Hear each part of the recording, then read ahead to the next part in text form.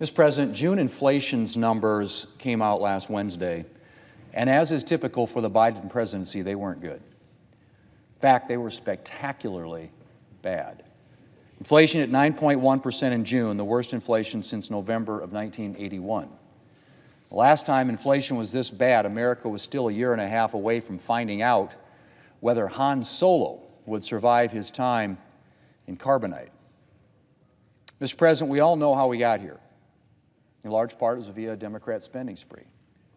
When Democrats took office in January of 2021, Congress had just passed a fifth bipartisan COVID relief bill that met essentially all current pressing COVID needs. But now that they were in charge, Democrats were eager to get spending. And so they passed a massive $1.9 trillion piece of legislation under the guise of COVID relief that flooded the economy with unnecessary government money. And, as expected, the economy overheated as a result. Even worse, despite steadily climbing inflation in the wake of their bill, Democrats seemed incapable of learning from their mistake. In fact, they spent last fall attempting to double down on the strategy that helped get us into this mess in the first place. Fortunately, their plans for a second spending spree failed last December. But it's become clear that they're not giving up. In fact, right now, they're trying to pass a new version. In the latest iteration of their tax and spending spree, Democrats notably plan to hike taxes on small businesses. Yeah, that's right, on small businesses. Our country is struggling with soaring inflation, the economy is teetering on the brink of a recession, and Democrats want to raise taxes on small businesses, and particularly on small individually and family-owned businesses, or what are often called pass-through businesses, which make up more than 90% of the businesses in this country. Mr. President, I guess it shouldn't be a surprise. After all, tax and spend is the unofficial Democrat motto. And Democrats have made their hostility to tax relief very plain. President Biden ran for president on repealing tax cuts from the Tax Cuts and Jobs Act, the tax relief legislation Republicans passed in 2017 that helped increase wages and incomes, boost economic growth, and drive the poverty rate to a record low. In addition to the natural economic recovery coming out of the pandemic, much of the residual strength in the economy that President Biden likes to tout is a result of the tax relief passed in the Tax Cuts and Jobs Act. But that hasn't stopped President Biden from claiming that the bill just benefited high-income earners and corporations.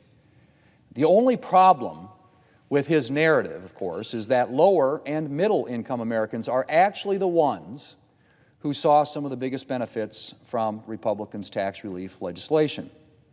Wage growth in the wake of Republicans' legislation was strongest for those in lower income brackets.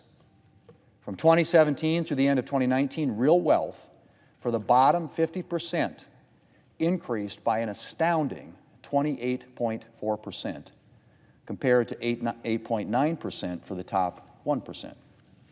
Meanwhile, government revenue, which Democrats claimed would be hit hard by the Republican tax cuts, last year posted its largest increase in 44 years. Mr. President, before the enactment of the Tax Cuts and Jobs Act, Democrats charged that reducing the U.S. corporate tax rate from the highest rate, I would add, in the developed world, 35%, to a more globally competitive rate of 21%, would strip the government of corporate tax receipts. That's hardly been the case.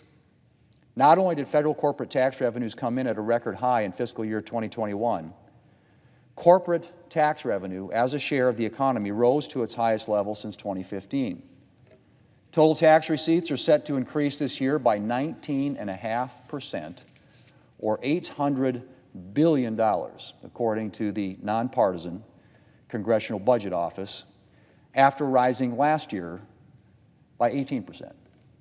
Tax revenues year over year, 18% last year, 19.5% increase in tax revenues this year, which begs the question, Mr. President, why do Democrats want to raise taxes when you've got record revenue coming into the federal government? The effects of tax reform on business investment, wages, and tax revenue have been a boon to the American people and our economy. Mr. President, it's fascinating how Democrats claim to want one thing, yet push for policies that will secure the exact opposite. The President claims he ran for office because he was tired of the trickle-down economy and that he wanted to build an economy that works for working families. The ironic thing is that the pre-COVID economy President Biden complains about was working for working families, thanks in large part to the Tax Cuts and Jobs Act and other Republican economic policies. The Biden economy, by contrast, is the very opposite of an economy that works for working families. Working families in the Biden economy are suffering. Food prices have risen astronomically, and gas prices are nearly twice as high as they were when President Biden took office.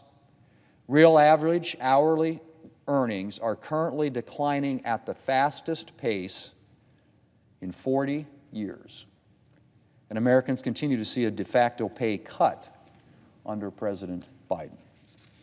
Currently, a growing number of Americans are digging into their savings, when they have them, that is, to make ends meet. Others are relying on things like credit cards or visits to food banks where demand has soared. And now Democrats want to make things worse by raising taxes on small businesses and other Americans. Well, Mr. President, that's likely to lead to a combination of lower wages for workers, lower returns for business owners, and higher prices for goods and services. And when you combine that with soaring inflation and more unnecessary government spending, you have a recipe for continued economic misery for American families.